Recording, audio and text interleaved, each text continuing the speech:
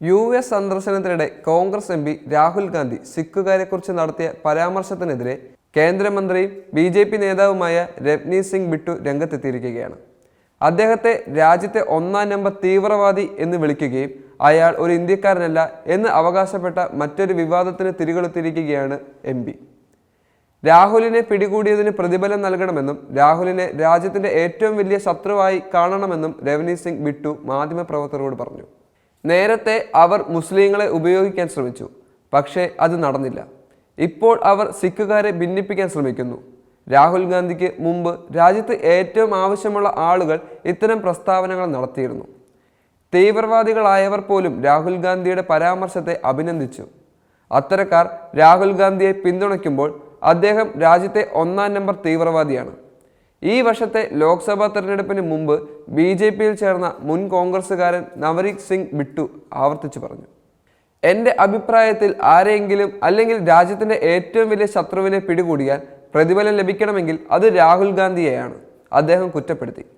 നേരത്തെ USലെ വിർജീനിയയിൽ നടന്ന ഒരു പരിപാടിയിൽ സിഖുകാരെ ഉദ്ധരിച്ച് ഇന്ത്യയിലെ മതസ്വാതന്ത്ര്യത്തിൻ്റെ അവസ്ഥയെക്കുറിച്ചുള്ള തൻ്റെ പരാമർശങ്ങളിലൂടെ രാഹുൽ ഗാന്ധി ഒരു രാഷ്ട്രീയ കൊടുങ്കാറ്റ് തന്നെ സൃഷ്ടിച്ചിരുന്നു.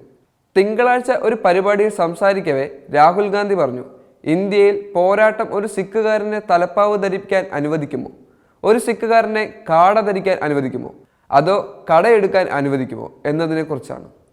ഗുരുദ്വാരയെക്കുറിച്ചുള്ള പോരാട്ടം ഇതാണ്. ഇത് സിഖുകാർക്ക് മാത്രമല്ല, എല്ലാ മതങ്ങൾക്കും വേണ്ടിയുള്ളതാണ്. അതിനിടെ രാഹുൽ ഗാന്ധി ഇന്ത്യക്ക് പുറത്ത് കൂടുതൽ സമയം ചെലവഴിച്ചതിനാൽ ഇന്ത്യക്കാരനല്ലെന്നും രവ്നീത് സിംഗ് ബിട്ടു അവകാശപ്പെട്ടു. നോക്കൂ, രാഹുൽ ഗാന്ധി എൻ്റെ അഭിപ്രായത്തിൽ ഒരു ഇന്ത്യക്കാരനല്ല. അവൻ തൻ്റെ ഭൂരിഭാഗം സമയവും ലോകത്തിന് പുറത്താണ് ചെലവഴിച്ചത്. അവൻ്റെ സുഹൃത്തുക്കളും കുടുംബവും അവിടെയുണ്ട്.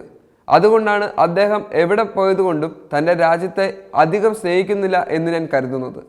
വിദേശത്ത് ഇന്ത്യയെക്കുറിച്ച് മോശമായ കാര്യങ്ങളും പറയുന്നു, അദ്ദേഹം കൂട്ടിച്ചേർത്തു.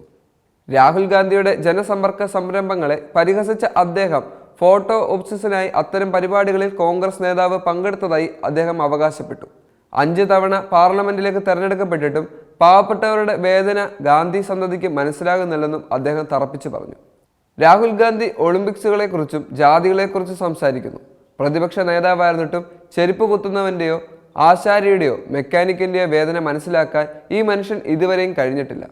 നിങ്ങളിപ്പോഴും അലിഞ്ഞു തിരിഞ്ഞ് ഇവരോട് അവരുടെ പ്രശ്നങ്ങൾ ചോദിക്കുന്നു. നിങ്ങളുടെ ഫോട്ടോ ക്ലിക്ക് ചെയ്യുന്നതിന് വേണ്ടി നിങ്ങൾ ഇതൊരു തമാശയാക്കി മാറ്റുന്നു, അദ്ദേഹം പറഞ്ഞു. എന്നാൽ വിമർശനങ്ങൾക്കൊന്നും രാഹുൽ ഗാന്ധി ഇതുവരെയും പ്രതികരിച്ചിട്ടില്ല. കൃത്യമായ നിലപാടുകളിലൂടെ രാഹുൽ ഗാന്ധി രംഗത്തെത്തുമെന്ന് പ്രതീക്ഷിക്കുന്നു. US സന്ദർശനത്തിനിടെ കോൺഗ്രസ് MP രാഹുൽ ഗാന്ധി സിഖുകാരെക്കുറിച്ച് നടത്തിയ പരാമർശത്തിനെതിരെ വളരെ വലിയ വിവാദങ്ങളായിരുന്നു ഇന്ത്യയിൽ നടന്നിരുന്നത്.